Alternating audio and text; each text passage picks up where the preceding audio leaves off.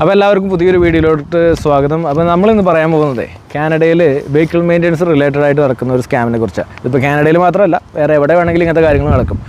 നമുക്ക് അതിനെക്കുറിച്ചുള്ള base knowledge ഉണ്ടായിരിക്കേണ്ടത് വളരെ ഇമ്പോർട്ടൻ്റ് ആണെന്ന് പറയാൻ വേണ്ടിയിട്ടാണ് ഒരു വീഡിയോ നമ്മൾ എടുക്കുന്നത്. അതിലൊരു റീസണോടും കൂടി ഉണ്ട്. എനിക്കുണ്ടായിട്ടുള്ള ഒരു എക്സ്പീരിയൻസ് നിങ്ങളായിട്ട് ഷെയർ ചെയ്യാനാണ്. ഇതേപോലത്തെ എക്സ്പീരിയൻസ് ഞാൻ വിചാരിക്കുന്ന കാനഡയിലുള്ള മിക്ക ആൾക്കാർക്ക് ഇങ്ങനത്തെ എക്സ്പീരിയൻസസ് ഉണ്ടാവും. കാരണം ഇവിടുത്തെ വർക്ക് കൾച്ചർ അങ്ങനെയാണ്, മെയിൻ്റനൻസ് കൾച്ചറും അങ്ങനെയൊക്കെ തന്നെയാണ്. അതുകൊണ്ടാണ്. അപ്പോൾ എൻ്റെ വണ്ടിക്ക് ബ്രേക്കിൻ്റെ സൈഡിൽ നിന്ന് ചെറിയൊരു സൗണ്ട് ഉണ്ടായിരുന്നു. അപ്പോൾ ആ സൗണ്ട് ഉണ്ടായിരുന്ന സമയത്ത് എനിക്കൊരു ഓയിൽ ചേഞ്ചിൻ്റെ കാര്യം കൂടി ചെയ്യേണ്ടായിരുന്നു. അപ്പോൾ എനിക്കറിയാം ബ്രേക്കിൻ്റെ സൈഡിൽ നിന്നാണ് സൗണ്ട് ഉള്ളതെന്നുള്ളത്. ഒരു ഗ്രൈൻഡിങ് സൗണ്ടാണ്. അപ്പോൾ ഞാൻ നേരെ അവിടെ പോയിട്ട് അവരുടെ അടുത്ത് ചെക്ക് ചെയ്യാൻ പറഞ്ഞു. അവർ ചെക്ക് ചെയ്തപ്പോൾ എനിക്ക് തന്നൊരു കൊട്ടേഷനാണ് ഒരു $1631 ഒരു കൊട്ടേഷൻ. അപ്പോൾ അതിൽ പറയും $1631 പറഞ്ഞാൽ ഇറ്റ്സ് ഓൾമോസ്റ്റ് 1 lakhിൻ്റെ അടുത്തായി ഇന്ത്യൻ റുപ്പി. അപ്പോൾ ഇവിടെ ഉള്ള ആൾക്കാർക്ക് ഓൾറെഡി അറിയാതെ എത്ര എക്സ്പെൻസീവ് ആണ്, നമുക്കുള്ള വരുമാനം അനുസരിച്ചിട്ട് ഒരു വണ്ടിക്ക് ഇത്രയും പൈസ മുടക്കുന്നതിൽ നിന്ന് എത്ര എക്സ്പെൻസ് ആണെന്നുള്ളത് എല്ലാവർക്കും അറിയാം. വണ്ടികളുടെ വിലയും എല്ലാവർക്കും അറിയാവുന്നൊരു കാര്യമാണ്. അപ്പോൾ അവരിതിൽ പറഞ്ഞിട്ടുള്ള കാര്യങ്ങൾ എന്ന് പറഞ്ഞാൽ ഫ്രണ്ടിലത്തെ ബ്രേക്ക് റോട്ടേഴ്സ് മാറ്റണം, ബ്രേക്ക് പാഡ്സ് മാറ്റണം, അത് കഴിഞ്ഞ് കഴിഞ്ഞാൽ പുറകിലത്തെ ബ്രേക്ക് റോട്ടേഴ്സ് മാറ്റണം, ബ്രേക്ക് പാഡ്സ് മാറ്റണം, കാലിപ്പേഴ്സ് മാറ്റണം. ഇത്രയും കാര്യങ്ങൾ മാറ്റണം എന്നാണ് അവർ പറഞ്ഞത്. നമുക്ക് അതിനാണ് ആ കൊട്ടേഷൻ തന്നിട്ടുള്ളത്. അപ്പോൾ അവരുടെ അടുത്ത് പറഞ്ഞ ഫസ്റ്റ് തിങ്, നമുക്ക് ഇതിലൊരു പ്രശ്നം മനസ്സിലാക്കാനുള്ള ഫസ്റ്റ് തിങ് എന്ന് പറഞ്ഞാൽ ഈ വണ്ടിയുടെ ബ്രേക്ക് കാലിപ്പേഴ്സ് ഞാൻ ബ്രാൻഡ് ന്യൂ മാറ്റിയതാണ് ഒരു 5 മാസം മുമ്പ്. നോർമലി ഇങ്ങനത്തെ ബ്രേക്ക് കാലിപ്പേഴ്സ് നമുക്കൊരു 1 year ഒക്കെ എന്തായാലും നമുക്ക് കിട്ടേണ്ടതാണ്. അപ്പോൾ ഇത് ഞാൻ അവരുടെ അടുത്ത് പറഞ്ഞപ്പോൾ അവരൊന്ന് പതുങ്ങി. ഓക്കെ, അപ്പോൾ എന്താ ഞങ്ങൾക്കറിയില്ല, പക്ഷേ ബ്രേക്ക് കാലിപ്പേഴ്സ് നിങ്ങൾ മാറ്റണം എന്ന് തന്നെയാണ് അവരുടെ അടുത്ത് പറഞ്ഞത്. അപ്പോൾ ഞാൻ ഇതിന് മുമ്പ് ഇത് മാറ്റി ആളുടെ അടുത്ത് കൊണ്ടുപോയി കാണിച്ചു കൊടുത്തു.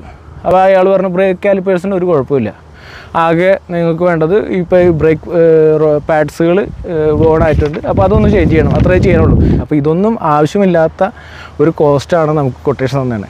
അപ്പോൾ ജനറലി നമ്മളൊരു വണ്ടി ഉപയോഗിക്കുന്നതാണ്, നമ്മൾ ഡെയിലി യൂസ് ചെയ്യുന്നതാണ്. അപ്പോൾ നമുക്കൊരു കൺസേൺ ഉണ്ടാവും, ഈ വണ്ടി ഉപയോഗിച്ചുകൊണ്ട് എടുക്കുന്ന നമുക്കൊരു ബുദ്ധിമുട്ടുണ്ടാവരുതെന്ന് വെച്ചുകൊണ്ട് നമ്മളെന്ത് ചെയ്യും, ഇതെല്ലാം കൊണ്ട് മാറ്റിക്കളയും. അപ്പോൾ നമ്മുടെ കയ്യിൽ നിന്ന് പോകുന്ന പൈസേനെ കുറിച്ച് എല്ലാവരും ഒന്ന് ചിന്തിക്കുക. കാനഡയിൽ ജീവിക്കുന്ന എല്ലാവർക്കും മനസ്സിലാവുന്നൊരു കാര്യമാണ് നമ്മൾ എത്ര പൈസ ഇതിൽ മുടക്കേണ്ടി വരുമെന്നുള്ളത്. അപ്പോൾ ഞാൻ തീരുമാനിച്ചാൽ സ്വന്തമായിട്ട് ഒരു ബ്രേക്ക് പാഡ്സുകൾ ചേഞ്ച് ചെയ്യുക എന്ന് പറയുന്നത് വളരെ ഈസി ആയിട്ടുള്ള കാര്യമാണ്. അപ്പോൾ അത് നമുക്ക് സ്വന്തമായിട്ടൊന്ന് ചെയ്യാമെന്ന് തീരുമാനിച്ചു. സ്വന്തമായിട്ട് ചെയ്യാനായിട്ട് ഒരു ബ്രേക്ക് പാഡ്സിൻ്റെ ഒരു സെറ്റിന് ഇവിടെ കോസ്റ്റ് വരുന്നത് ഒരു $83 ഞാൻ വാങ്ങിച്ചത്. അങ്ങനെ ഞാൻ 2 ബ്രേക്ക് പാഡ്സിൻ്റെ സെറ്റ് വാങ്ങിച്ചു. 2 ബ്രേക്ക് പാഡ്സിൻ്റെ സെറ്റും ഞാൻ തന്നെ ചേഞ്ച് ചെയ്തിട്ടു. അപ്പോൾ എന്ന് പറയുന്നത് ഈ ബ്രേക്ക് പാഡ്സിൻ്റെ 2 ബ്രേക്ക് പാഡ്സ് ചേഞ്ച് ചെയ്യുക എന്ന് പറയുന്നത് ഏറ്റവും ഈസിയസ്റ്റ് ആയിട്ടുള്ള പ്രോസസ്സാണ്. നമ്മൾ വേറെ ഒന്നും തന്നെ ചെയ്യുന്നില്ല. അതിൻ്റെ ക്യാപ്പ് ഇടുന്നു, ബ്രേക്ക് പാഡ്സ് ഇടുന്നു, ലൂബ്രിക്കൻസ് അപ്ലൈ ചെയ്യുന്നു, തിരിച്ചിടുന്നു, ബ്രേക്ക് ഫങ്ഷൻ ആണോ എന്ന് ചെക്ക് ചെയ്യുന്നു. അത്രയും കാര്യങ്ങൾ നമ്മൾ ചെയ്യേണ്ട ആവശ്യമുള്ളൂ. അപ്പോൾ നിങ്ങളൊന്ന് ആലോചിച്ച് നോക്കുക, $1600 നിന്ന് നമുക്ക് തന്ന കൊട്ടേഷനിൽ നിന്ന് നമ്മൾ അവരെ വിശ്വസിച്ച് നമ്മൾ ചെയ്തിരുന്നെങ്കിൽ നമുക്ക് വരുന്ന ചിലവും ഈ 2 ബ്രേക്ക് പാഡ്സ് മാറ്റി അതിൻ്റെ ഒരു ചെറിയൊരു ട്യൂബ് ലൂബ്രിക്കൻ്റ് $10 എന്തേ ഉള്ളൂ ലൂബ്രിക്കൻ്റ്, അത് ചേഞ്ച് ചെയ്ത് എനിക്ക് വന്ന കോസ്റ്റ് എന്ന് പറയുന്നത് $170 എനിക്ക് കോസ്റ്റ് വന്നു. പിന്നെ ഞാൻ ഇത് ചേഞ്ച് ചെയ്തു, അതിൽ വന്ന കോസ്റ്റ്. അപ്പോൾ ഒന്ന് ആലോചിച്ച് നോക്കുക, ഇതിൻ്റെ 10% പോലും നമുക്ക് എക്സ്പെൻസ് ഇല്ലാണ്ട് നമുക്കിത് ചെയ്യാൻ പറ്റും. അപ്പോൾ എപ്പോഴും എല്ലാവരും മുമ്പിലുള്ള ഒരു ഇഷ്യൂ എന്നുള്ളത് എനിക്ക് മനസ്സിലാവുമെന്ന് പറഞ്ഞാൽ ഒരു കോൺഫിഡൻസ് കുറവാണ്, നമുക്കിത് ചെയ്യാൻ പറ്റുമോ. ഇനിയിപ്പോൾ എൻ്റെ പ്രീവിയസ് എക്സ്പീരിയൻസ് നോക്കാം, എനിക്ക് വെഹിക്കിൾ മെയിൻ്റനൻസ് ആയിട്ട് റിലേറ്റഡ് ആയിട്ട് ഒരു എക്സ്പീരിയൻസ് ഉണ്ട്. പക്ഷേ ഒരു ബ്രേക്ക് പാഡ്സ് ചേഞ്ച് ചെയ്യാനായിട്ട് ഇഷ്ടംപോലെ വീഡിയോസും കാര്യങ്ങളൊക്കെ യൂട്യൂബിലുണ്ട്. ഒരു ബ്രേക്ക് പാഡ്സ് അത് ആർക്കും വേണമെങ്കിൽ ചെയ്യാം, ഏത് കൊച്ചിനും വേണമെങ്കിലും നമുക്ക് ചെയ്യാൻ പറ്റും. അപ്പോൾ പറഞ്ഞു വന്നൊരു കാര്യം എന്ന് പറഞ്ഞു കഴിഞ്ഞാൽ എപ്പോഴും ഒരു എസ്പെഷ്യലി കാനഡയിൽ ആയാൽ പോലും ആണെങ്കിൽ തന്നെ ഒരു വെഹിക്കിൾ മെയിൻ്റനൻസിന് പോയാൽ അവർ പറയുന്നത് അതേപോലെ വിശ്വസിച്ചിട്ട് ഒരു മെയിൻ്റനൻസിന് കൊടുക്കാതെ ഒരു സെക്കൻഡ് ഒപ്പീനിയൻ എടുക്കുക. എപ്പോഴും സെക്കൻഡ് ഒപ്പീനിയൻ എടുത്ത് അവർ പറഞ്ഞ സജഷൻസ് ആണ് കറക്റ്റാണോ എന്നുള്ളത് മേക്ക് ഷുവർ ചെയ്തിട്ട് വേണം ആ വർക്ക് ചെയ്യാനായിട്ട്. ഇല്ലെന്നുണ്ടെങ്കിൽ നിങ്ങളുടെ കയ്യിലിരിക്കുന്ന നിങ്ങൾ ഹാർഡ് ഏൺ ചെയ്തിട്ടുള്ള പൈസ ഏതെങ്കിലും ഒരു ഓട്ടോ മെക്കാനിക് സെൻറ്റർ അവർ കൊണ്ടുപോകും.